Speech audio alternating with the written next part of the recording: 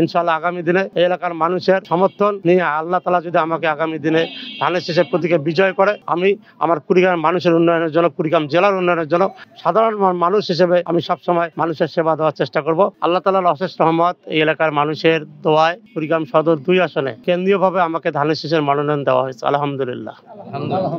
আজকে আমি আমার জনগণের কাছে যাচ্ছি। আমি তো প্রত্যেকটি এলাকার সমস্যা জানি। আমার দীর্ঘদিন থেকে এই এলাকার আমার সম্মানিত জনগণের সাথে আমার একটা গভীর সম্পর্ক রয়েছে। তাদের কাছে আমি ভালোবাসা পেয়েছি, তারা আমাকে অনেক দুঃসময় আমার পাশে ছিল। আজকে আমি মনে করি আমাদের কুড়িগ্রাম জেলা একটি অবহেলিত জেলা। আমরা চাই আগামীর কুড়িগ্রাম গড়ার জন্য, একটা উন্নত কুড়িগ্রাম, একটা স্বনির্ভর কুড়িগ্রাম করার জন্য আপনারা জানেন যে আমাদের দলের সম্মানিত ভারপ্রাপ্ত চেয়ারম্যান জনাব তারেক রহমান 2023 সালে রাষ্ট্র কাঠামো মেরামতের 31 দফা উপস্থাপন করেছেন। আমরা দেখেছি সেই 31 দফার মধ্যে যেগুলি রয়েছে, ইনশাআল্লাহ বাংলাদেশের মানুষের ভোটে বিএনপি আগামীতে রাষ্ট্রীয় ক্ষমতায় গেলে এই 31 দফা যদি ইনশাআল্লাহ বাস্তবায়ন হয়, আমি মনে করি কুড়িগ্রাম জেলার আমাদের যে সমস্যাগুলি রয়েছে, এই সমস্যাগুলির সমাধান ওখানে রয়েছে। তারপরে আমি মনে করি আমাদের কুড়িগ্রামের শিক্ষার মান উন্নয়ন করা প্রয়োজন। আমাদের হাসপাতালগুলোর বেহাল অবস্থা, কুড়িগ্রাম সদর, রাজারহাট এবং ফুলবাড়ির সদর হাসপাতালের অবস্থা অত্যন্ত খারাপ। আমাদের পর্যাপ্ত ডাক্তার নেই। আমি মনে করি এখানে আমাদের প্রত্যেকটি আমাদের এলাকার জনগণের নাগরিক অধিকার একটি স্বাস্থ্য সেবা পাওয়া। আমি মনে করি ইনশাআল্লাহ এই এলাকার জনগণের ভোটে যদি আমি নির্বাচিত হই, আমার হাসপাতালগুলোতে পর্যাপ্ত ডাক্তারের ব্যবস্থা আমি করব, যাতে করে এলাকার মানুষ চিকিৎসা পায়, চিকিৎসা থেকে বঞ্চিত না হয়। আমি এলাকার নদী ভাঙনের পক্ষে কাজ করব।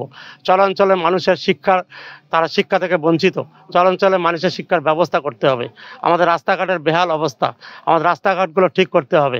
আমাদের কুড়িগ্রামে আমরা মনে করি একটা মেডিকেল কলেজ প্রয়োজন রয়েছে। আমরা সেটা মেডিকেল কলেজ যেন কুড়িগ্রামে একটি হয়, সেটার ব্যাপারে আমাদের চেষ্টা থাকবে। এবং আমাদের কৃষি বিশ্ববিদ্যালয় রয়েছে, সেটি হলে স্থায়ীভাবে এখনও জায়গা নির্ধারণ হয়নি, সেটা জায়গা নির্ধারণ করতে হবে। একটি স্থায়ীভাবে ক্যাম্পাস নির্ণয় করতে হবে। আমাদের কুড়িগ্রামের বিশেষ করে আমরা মনে করি যে আমাদের বেকার সমস্যা আমাদের সবচেয়ে বড় সমস্যা।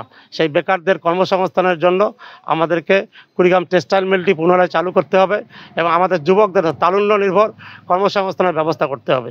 এবং আমাদের এই সন্তানরা যারা বিদেশে যাবে, তাদেরকে প্রশিক্ষণের মাধ্যমে বিদেশে পাঠাতে হবে। ইনশাআল্লাহ আগামী দিনে এই এলাকার মানুষের সমর্থন নিয়ে আল্লাহ তাআলা যদি আমাকে আগামী দিনে ধানের শীষের প্রতীকে বিজয় করে, আমি আমার সর্বোচ্চ দিয়ে আমি আমার কুড়িগ্রাম মানুষের উন্নয়নের জন্য, কুড়িগ্রাম জেলার উন্নয়নের জন্য আমি সর্বোচ্চ বিলিয়ে দিয়ে আমি সার্বক্ষণিকভাবে সাধারণ মানুষ হিসেবে আমি সবসময় মানুষের সেবা দেওয়ার চেষ্টা করব, মানুষের পাশে থাকার চেষ্টা করব আগ পর্যন্ত।